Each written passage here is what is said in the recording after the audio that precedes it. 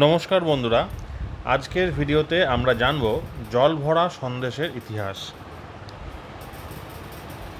জামাই ঠকাতে সন্দেশ।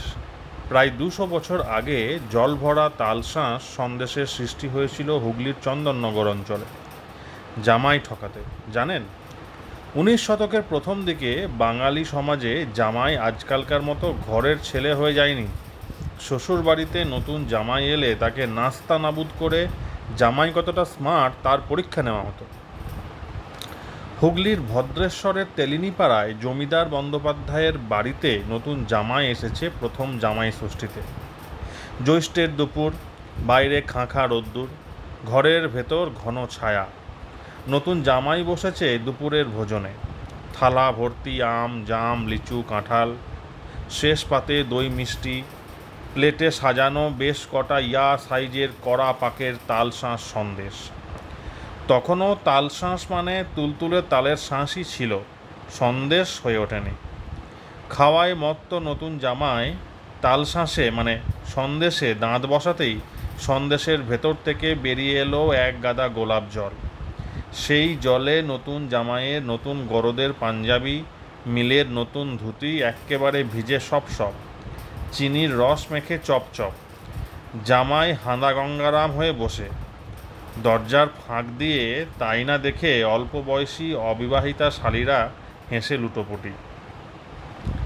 যে ময়রা জমিদার বাড়ির এই ষড়যন্ত্রের সাথে জড়িত থেকে এই জল ভরা সন্দেশ বানিয়েছিলেন, তিনিই হলেন সূর্যকুমার মোদক।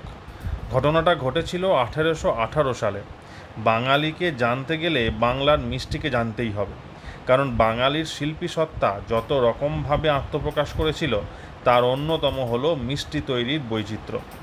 মিষ্টি তৈরি করতে বাঙালি উল্লেখযোগ্য বৌদ্ধিক শৈল্পিক কসরত দেখিয়েছে, যেটা বাকি ভারতবর্ষ দেখাতে পারেনি। এটা ঘটেছে 16 শতকে পর্তুগিজদের ভারতে আগমনের পর। তার আগে বাঙালিরা সারা ভারতের মতোই গোদা গোদা মিষ্টি বানাতেই অভ্যস্ত ছিল।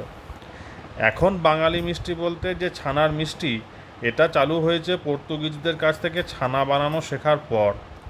যতগুলো সাদাসিধে কম কায়দা কানুনের মিষ্টি দেখবেন, বুঝবেন এর উৎপত্তি 16 শতকের আগে।